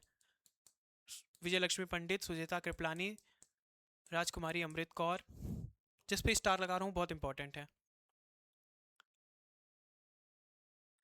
हंस जीवराज मेहता और बेगम एजाज रसूल, ठीक है, ये सारे बहुत इंपॉर्टेंट हैं, इनको याद रखिए। Who headed the provincial constitution committee? प्रांतीय संविधान सभा का नेतृत्व किसने किया था? सरदार वल्लभ भाई पटेल ने किया था। किसने किया था? सरदार वल्लभ भाई पटेल ने किया था। The feature of parliament privilege of the Indian constitution was borrowed from? तो संसदीय विशेषाधिकार की बात अगर करें तो देखिए, ब्रिटेन से लिया गया है। किससे लिया गया है? ब्रिटेन से लिया गया है। आयरलैंड से क्या लिया गया है? डीपीएसपी लिया गया है। और ऑस्ट्रेलिया से क्या लिया गया है ये भी बता दीजिए, और कनाडा से क्या लिया गया है ये भी बता दीजिए, ठीक है। इसमें बताइए, कनाडा से ये बताइए, और ऑस्ट्रेलिया से, देखिए दोनों से। कनाडा में ये बताइए कि स्टेट और यूनियन से रिलेटेड कौन सा पावर लिया गया है, ठीक है। और ऑस्ट्रेलिया में बताइएगा कि इमरजेंसी से रिलेटेड कौन सा पावर लिया गया है, इमरजेंसी से रिलेटेड कौन सा पावर लिया गया है, दोनों में कमेंट करके बताइए, इससे कॉन्सेप्ट क्लियर होगा आपका। Which one of the following is not correctly match? कौन सा करेक्ट मैच नहीं है? 8वीं अनुसूची जिसमें 22 भाषाएं हैं, वो बिल्कुल 8 शेड्यूल लैंग्वेज से रिलेटेड है। सेकेंड शेड्यूल जो है वो पोस्ट को बताती है, और उनमें उनके जो भत्ते वगैरह हैं उनके बारे में चीज़ें बताती हैं कि कौन से पोस्ट पे कितने भत्ते, कितने उनको पेंशन दिए जाएंगे वगैरह वगैरह। तो वो क्या है, सेकंड शेड्यूल में बताता है, ठीक है। लेकिन जो फॉर्म ऑफ ओथ है ये थर्ड शेड्यूल में है। किसमें है? थर्ड शेड्यूल में, थर्ड शेड्यूल में है, तो आप इसको ध्यान में रखें, ये गलत है। फोर्थ किससे रिलेटेड है? राज्यसभा सीटों के आवंटन, बिल्कुल सही है। और 10th क्या है?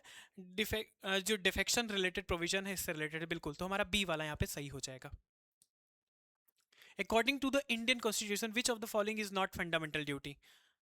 सार्वजनिक संपत्ति की रक्षा करना, भाईचारे को बढ़ावा देना है, सार्वजनिक संपत्ति की सुरक्षा, भाईचारे को बढ़ावा देना, संविधान का पालन करना, इसके आदर्शों का सम्मान करना, ये भी है। वोटिंग इन पब्लिक इलेक्शन, ये नहीं है, ये नहीं है। 51A part 4A, 51A, article 51A। उसके बाद याद रखना है आपको कि कब किया गया था? 42nd अमेंडमेंट में किया गया था 1976 में। बाद में 86 अमेंडमेंट में एक और जोड़ दिया गया। किस किस सिफारिशों पे किया गया था? किसने ये मतलब बताया था, सजेस्ट किसने किया था? तो स्वर्ण सिंह समिति, स्वर्ण सिंह कमेटी के सिफारिशों पे किया गया था। आप इसको ध्यान में रखेंगे। उन्होंने 8 बताया था, यहाँ पे 10 किया गया और 86 में फिर जोड़ दिया गया एक। Article 390 A of the Indian constitution equal justice and free legal aids deal with. तो ये जो समान न्याय और मुफ्त कानूनी सहायता की बात है 39 से, ये डीपीएसपी से रिलेटेड है, डायरेक्ट प्रिंसिपल स्टेट पॉलिसी। ठीक है, डीपीएसपी कितने से रिलेटेड है? देखिए, वो रिलेटेड है 37 से 51, 37 टू 51 तक है। कौन सा? डीपीएसपी। ठीक है। और इसमें एक चीज और ध्यान में रखने वाली है कि जो 39A है, इसको कब जोड़ा गया था? 42nd अमेंडमेंट में ही जोड़ा गया था, 1976 में। ठीक है। अ बिल बिकम एन एक्ट। अच्छा, कौन से पार्ट में है? कौन से पार्ट में है? पार्ट 4 में है। पार्ट 4 में है। फंडामेंटल राइट किस में है? पार्ट 3 में है। A bill becomes an act of the parliament after being passed by both the house of the parliament and assented to by the president, राष्ट्रपति से। ठीक है, राष्ट्रपति के बाद ये होता है। ये तो आप सभी को पता होगा। Why was there a plan holiday between 96 and 69? 62 में युद्ध हुआ चीन से, 65 में युद्ध हुआ पाकिस्तान से, चाइना से, 65 में पाकिस्तान से, 66 में क्या हो गया? इकोनॉमिक क्राइसिस आ गया। ठीक है, 66 और 67 में इकोनॉमिक क्राइसिस रहा, सूखा इत्यादि पता नहीं क्या क्या। ठीक है, और युद्ध हुआ था तो वो वैसे भी इकोनॉमिक क्राइसिस आना था। तो 66 से 69 में जो प्लान था वो उसको क्या, हॉलीडे, योजना अवकाश कह दिया गया। हॉलीडे प्लान, हॉलीडे कर दिया गया क्योंकि इकोनॉमिक क्राइसिस और वार चल रहे थे। ठीक है, ध्यान रखेंगे इस बात को आप। The foreign trade policy FTP of India is announced by which of the following? तो जो ये FTP है, ये किसके द्वारा अनाउंस किया जाता है, इसके बारे में आपको बताना है। वित्त मंत्रालय के द्वारा अनाउंस किया जाता है, मतलब ministry of finance, ministry of commerce and industry से अनाउंस किया जाता है, नीति आयोग द्वारा अनाउंस किया जाता है, या फिर रिजर्व बैंक द्वारा अनाउंस किया जाता है। तो किसके द्वारा ये अनाउंस किया जाता है, इसके बारे में आपको बताना है। तो देखिए, अगर बात की जाए इसकी, तो ये अनाउंस किया जाता है जब भी बात होगी फॉरेन ट्रेड पॉलिसी की। तो फॉरेन ट्रेड कौन इसको रेगुलेट करता है? तो ये है आरबीआई द्वारा। आरबीआई द्वारा इसको रेगुलेट किया जाता है। ठीक है, आरबीआई ही रेगुलेट करती है इसको। एक मिनट, क्षमा चाहूंगा। इंटरनल पॉलिसीज को आरबीआई, बैंकिंग पॉलिसीज को रेगुलेट करती है आरबीआई। ठीक है, क्षमा चाहूंगा, क्षमा चाहूंगा, एक minute. The trade foreign policy की बात जब करें, फॉरेन ट्रेड पॉलिसी की, तो इसको कौन करता है? इसको मिनिस्ट्री ऑफ फाइनेंस करता है या वाणिज्य और उद्योग मंत्रालय? देखिए, यहाँ पे कंफ्यूजन खाली दो ही चीज को लेके होगा। एक होगा मिनिस्ट्री ऑफ फाइनेंस को लेके और ministry of commerce and industry को लेके। तो मिनिस्ट्री ऑफ फाइनेंस नहीं करता है, ये कौन करता है? Ministry of commerce and industry करता है। ठीक है, बैंक को, आरबीआई का क्या काम है? देखिए, मैंने यहाँ पे गलत बता दिया था। आरबीआई, आरबीआई का काम ये है बैंकिंग सेक्टर को लेके क्या, रेगुलेशंस लाना, रेगुलेशंस करना। ठीक है, बाकी का ट्रेड वगैरह से जो भी रिलेटेड काम है ये मंत्रालय ही करता है, जिसमें से ministry of commerce foreign trade को देखता है। ठीक है, आगे चलते हैं, अगला देखते हैं। India current account balance is a component of the balance of payment. A surplus in the current account means, Bharat का चालू खाता बैलेंस शेष भुगतान संतुलन का एक घटक है। चालू खाता में अधिशेष होने का क्या अर्थ है? Export of goods are less than imports of goods, मतलब जो निर्यात वस्तुओं का के आयात से कम हो तब तो होगा ही नहीं, तब तो कम हो जाएगा। Total foreign loans received are less than the total loans given, प्राप्त कुल ऋण।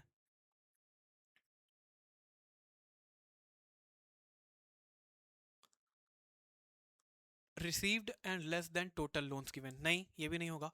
Total received, total received from export of goods. ठीक है, एक्सपोर्ट से जो रिसीव्ड हो, प्राप्तियां हो, service and transfer exceed to total payments for import.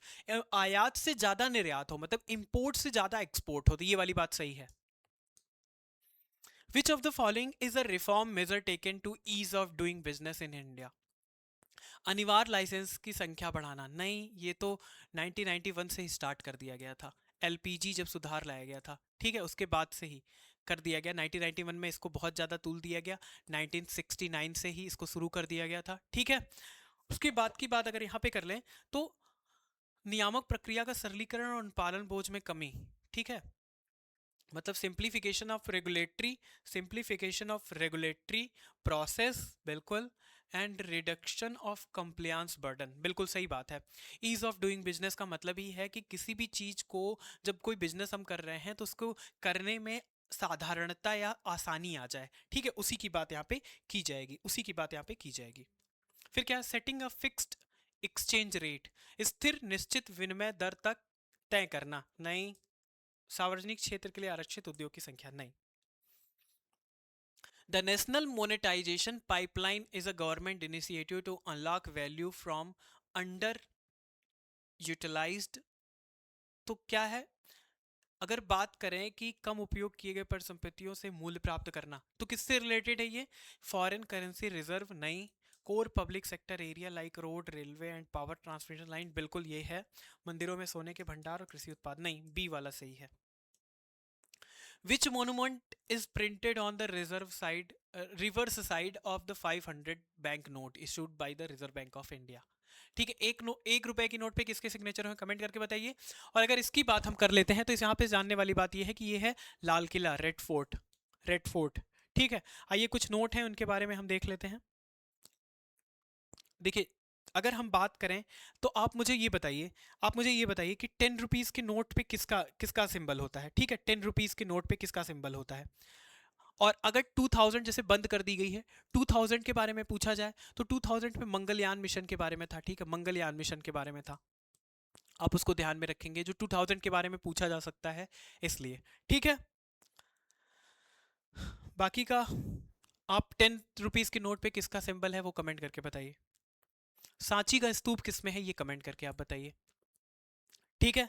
Sanchi का स्तूप किसमें है आप कमेंट करके बताइए। आगे चलते हैं।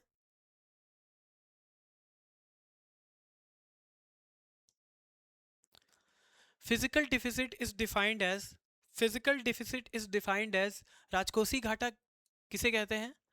बजट व्यय उधारी को छोड़कर बजट प्राप्तियां, बजट व्यय में से उधारी को छोड़कर जो बजट प्राप्तियां होती हैं उसी को कहते हैं, बिल्कुल कहते हैं।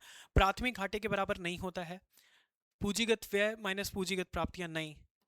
राजस्व व्यय और राजस्व प्राप्तियां, नहीं। रेवेन्यू एक्सपेंडिचर, रेवेन्यू, यही होगा बजट एक्सपेंडिचर, बजट एक्सपेंडिचर, ठीक है, में से बजट रिसिप्ट को क्या करते हैं, उधारी निकाल के माइनस कर देते हैं, उसी को कहते हैं, ठीक है, उधारी निकाल के उसी को माइनस कर देते हैं तो उसी को कहते हैं ये।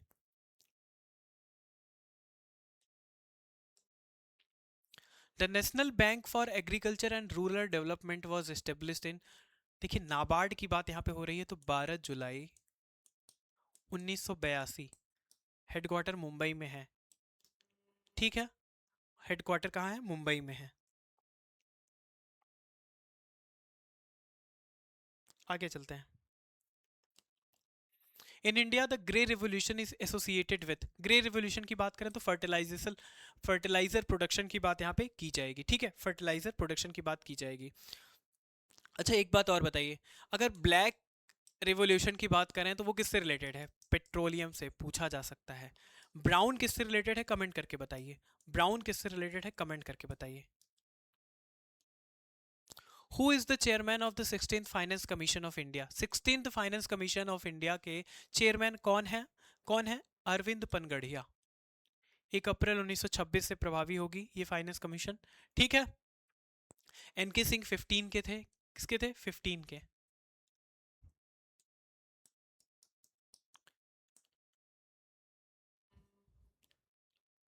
आगे चलते हैं।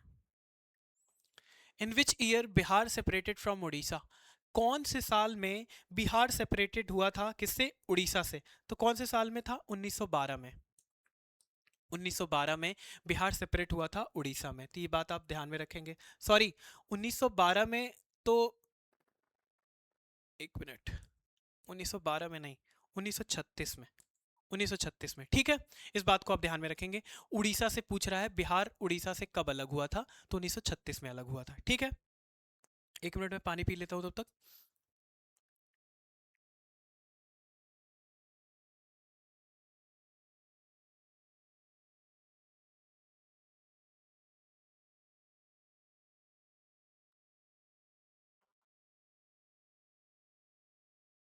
ठीक है, तो यहाँ पे हो गया। ये जो भारत अधिनियम 1935 लाया गया था, उसी के द्वारा फिर इसको अलग किया गया था, ठीक है। आगे चलते हैं।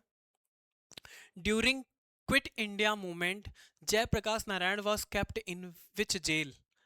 हजारीबाग, हजारीबाग, ठीक है। तो अगर जयप्रकाश नारायण, ये जो भारत छोड़ो आंदोलन के दौरान जयप्रकाश नारायण को किस जेल में रखा गया था, तो ये कौन सा जेल था, ये था हजारीबाग। तो इसको भूलेंगे नहीं एकदम, ठीक है। फिर क्या है, हु लेड द साल्ट सत्याग्रह इन दरभंगा? सत्यनारायण सिंह, सत्यनारायण सिंह ने क्या किया था, इसको लेड किया था, ठीक है, इसको लेड किया था सत्यनारायण सिंह।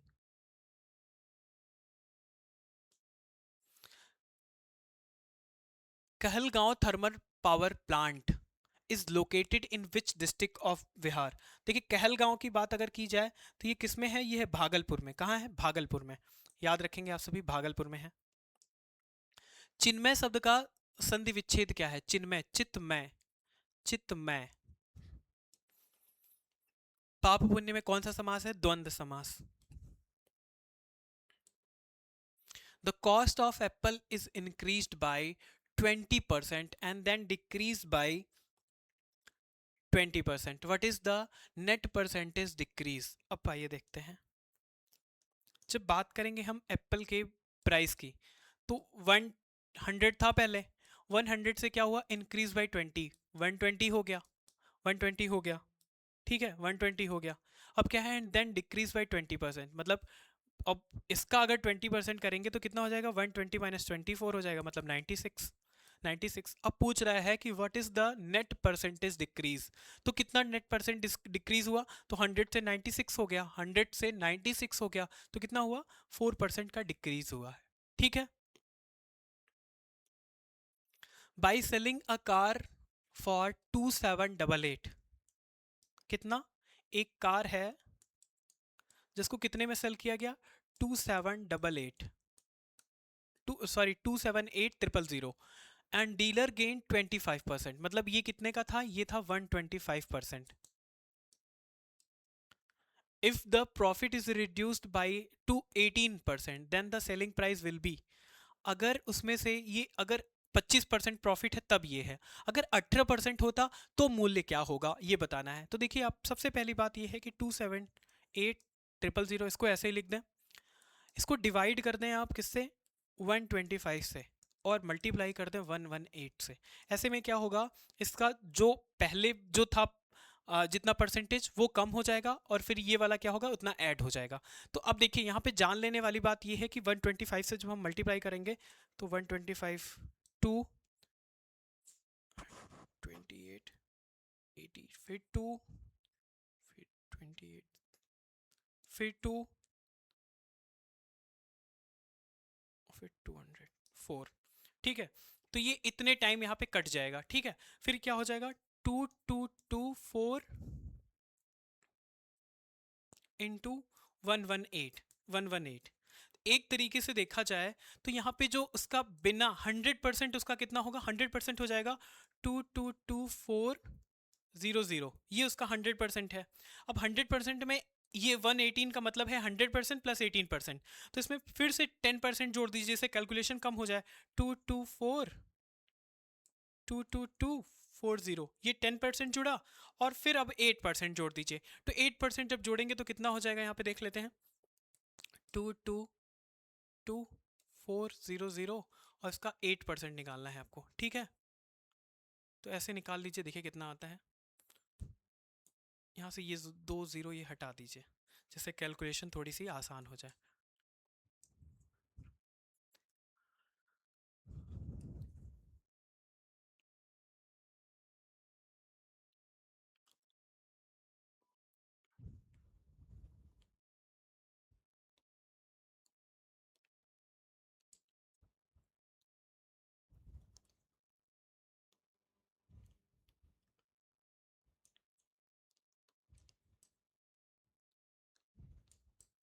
इतना आ गया 17792, 17792 इतना आ गया।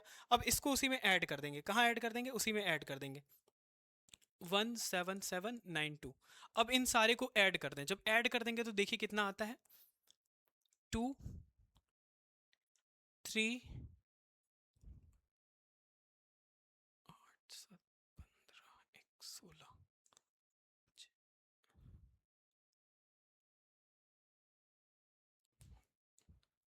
8 4 12 2 4 3 3 हाथ लगा 1 4 2 6 7 3 1 14 के 4 हाथ लगा 1 2 2 4 4 7 4 11 4 हाथ लगा 1 2 2 4 1 5 1 6 8 262432। अगर 1118% पे लेता है तो 262432 इतने रुपीस का पड़ेगा उसको। अगर वो इसका मान यही आएगा, क्योंकि मैंने इसको सॉल्व करने में थोड़ा सा आसान ये किया कि पहले 100% इसको कर लिया, फिर 10% इसको कर लिया, फिर 8% इसको कर लिया, सारे को ऐड कर दिया तो इतना आ गया। कैलकुलेशन करने में थोड़ा आसान हो जाता है। ठीक है, तो कितना आ गया? 262432, 262432, ये पहला वाला ही है। If k plus 1, sorry, k plus 1 by k is equal to 3, then what is the value of, किसकी वैल्यू निकालनी है? 1 by k का क्यूब प्लस k का क्यूब, इसकी वैल्यू निकालनी है। ठीक है, आइए निकालते हैं। सबसे पहले आप a प्लस बी के होल क्यूब का फार्मूला देख लीजिए। क्या है? a cube plus 3a² b plus 3ab² और प्लस, थोड़ा सा नीचे कर लेता हूँ एक लाइन में आ जाए, ये इसका फार्मूला क्या हो जाएगा? a cube plus 3a² b plus 3b² a plus b cube, यही है इसका फार्मूला। ठीक है, अब इसी पे एक्सपेंड अगर कर दें हम तो क्या हो जाएगा? इसी को हम क्यूब कर दें। ठीक है, इसी को हम क्यूब कर दें तो क्या हो जाएगा? जब इसको क्यूब करेंगे तो हो जाएगा k का cube plus 3 into 1 by k का स्क्वायर प्लस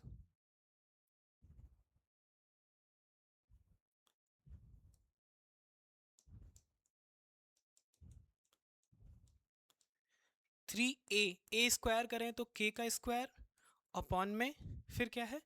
अपॉन में b k प्लस, फिर देखते हैं 3 इंटू बी का स्क्वायर करेंगे मतलब 1 बाई के स्क्वायर और प्लस k।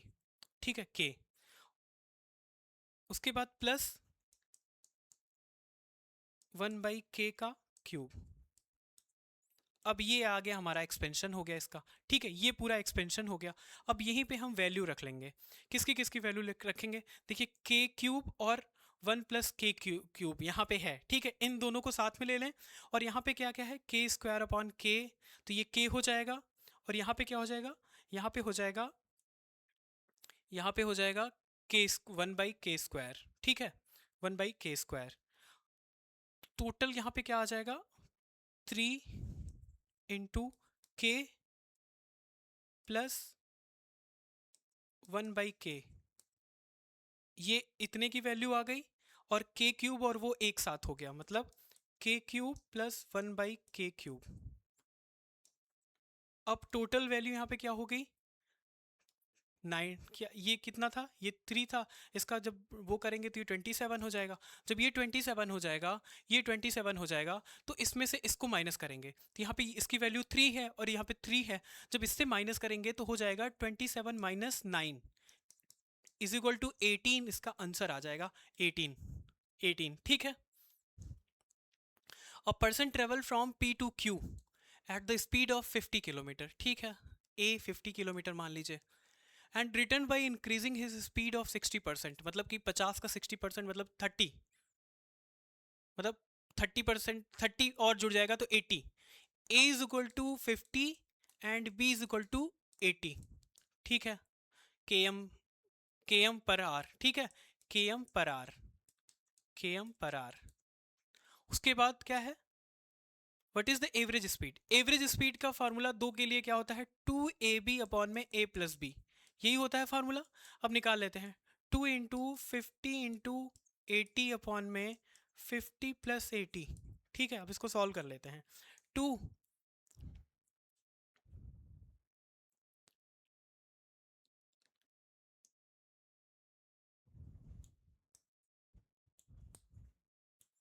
ये हो जाएगा 800,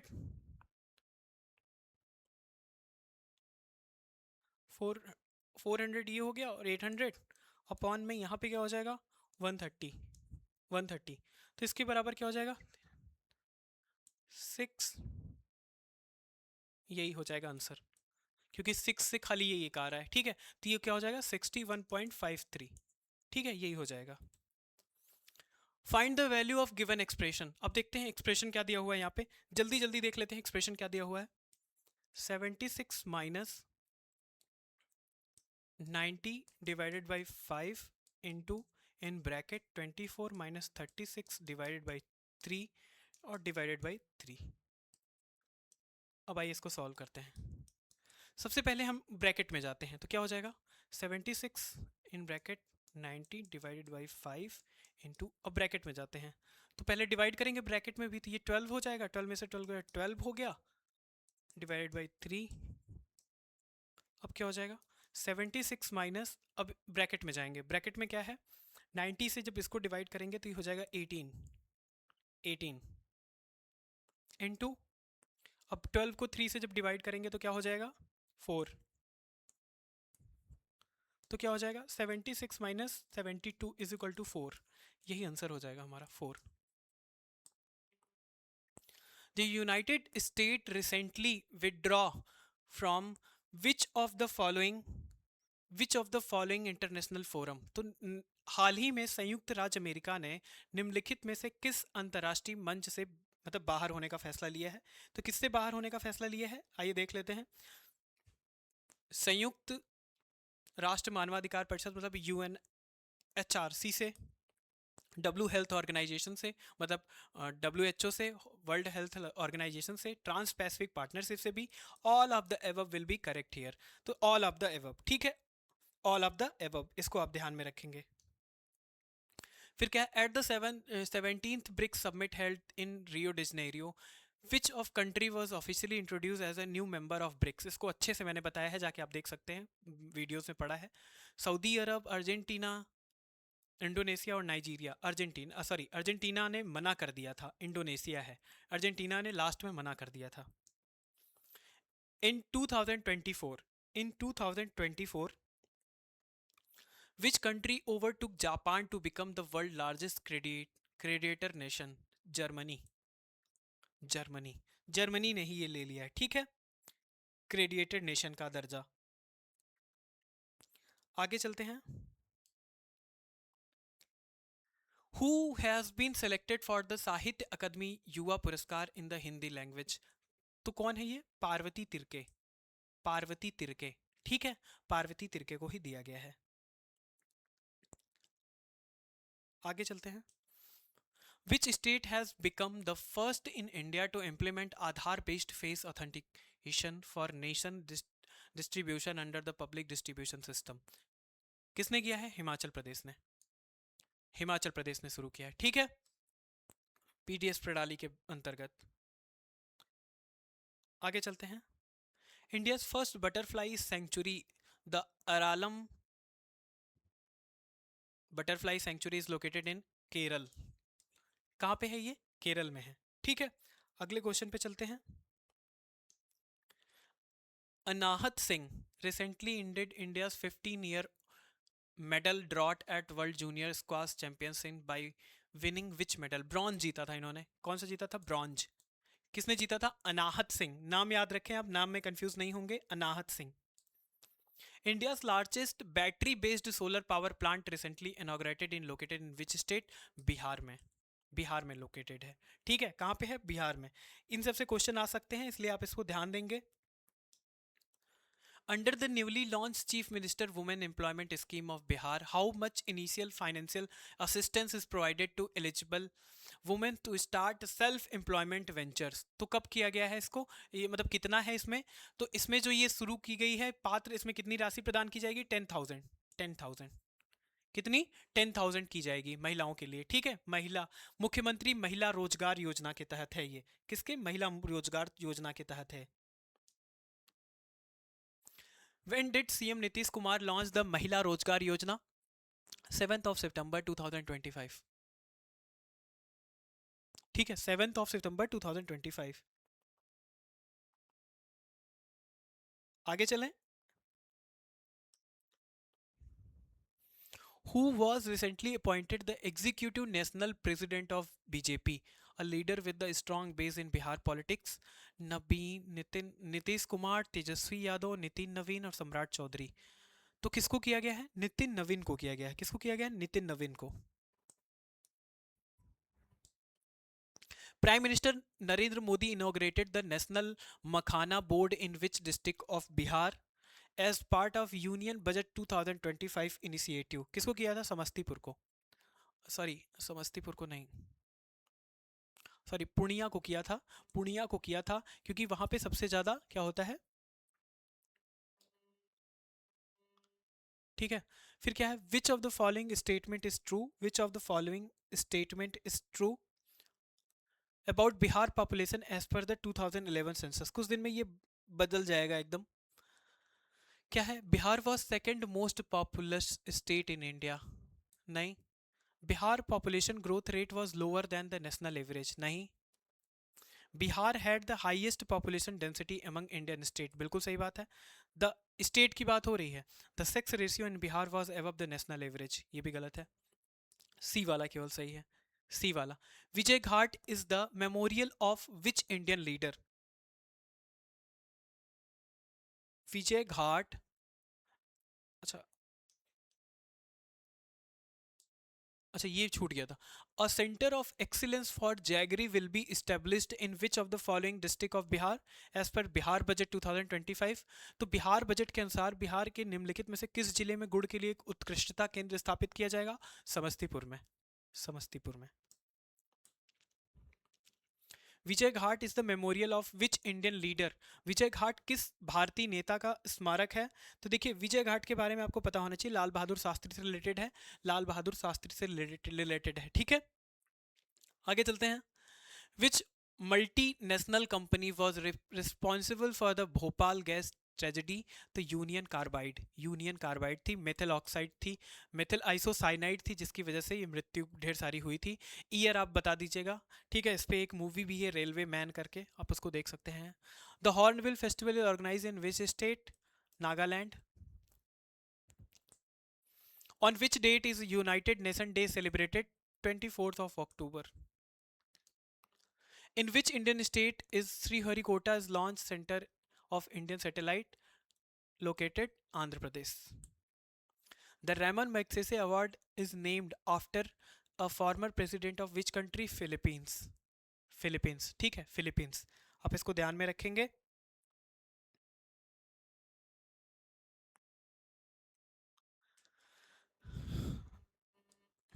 बाकी का आज के लिए इतना ही। आप कमेंट करके अपना स्कोर बताएं, ठीक है, स्कोर बताएं। उसके बाद मैं आपको बता दूं, जो हॉट टॉपिक्स हैं उनसे रिलेटेड जितने भी क्वेश्चंस हैं वो आपको कवर कराए जाएंगे। पहली बात हॉट टॉपिक्स। दूसरी बात, इनमें सारे सब्जेक्ट पे फोकस किया जाएगा, सारे सब्जेक्ट पे फोकस किया जाएगा। आपके जाते जाते जो ट्रेडिशनल क्वेश्चंस हैं उनसे रिलेटेड टॉपिक आपके पास रहेंगे, ठीक है। उसके बाद और एक चीज़ मैं आपको बता दूं, ये केवल 20 मिनट सीरीज होगी। 20 मिनट सीरीज में जितनी चीज़ें आपको बताई जा रही हैं उनसे बाहर क्वेश्चन उस टॉपिक से नहीं आने वाले हैं, आप एकदम ध्यान में रखें, क्योंकि पूरा एनालाइज करके ही आपके सामने लाया जा रहा है। और आप अगर इससे ज़्यादा अगर परेशान होते हैं कुछ, तो उसके लिए आपको ये पीडीएफ दे दिया जाएगा। आप पीडीएफ भी पढ़ के उससे रिलेटेड कुछ चीज़ें अगर बच रही हैं तो आप उनको देख सकते हैं, जिनसे बाहर कुछ भी नहीं जाएगा, ठीक है। तो आप सभी का बहुत बहुत धन्यवाद। स्कोर जरूर बताइए, क्योंकि आप कमेंट करके स्कोर नहीं बताते हैं। पहले कमियों को और खामियों को बताने से अच्छा है पहले अपना स्कोर बताइए, और आगे किस तरीके की स्ट्रैटेजी होगी, क्योंकि एग्ज़ाम चलते ही रहते हैं। लेकिन आपकी स्ट्रेटजी कितनी कारगर है ये आपके स्कोर से पता चलेगा कि अभी तक जो आपने काम किया है वो कितना कारगर रहा है। ठीक है, तो आप सभी का बहुत बहुत धन्यवाद। मिलते हैं अगले 20 मिनट सीरीज़ के अगले लेक्चर में, जो कि आपके लिए बहुत बेनिफिट होने वाला है, बेनिफिशियल होने वाला है। तो साथ बने रहिए, लेक्चर को ज़्यादा से ज़्यादा शेयर करिए, जिससे हमारा भी मोटिवेशन लेवल अच्छे लेवल पे रहे, जिससे हम काम करने के लिए क्या करें, प्रेरित होते रहें। ठीक है, तो आप सभी का बहुत बहुत धन्यवाद।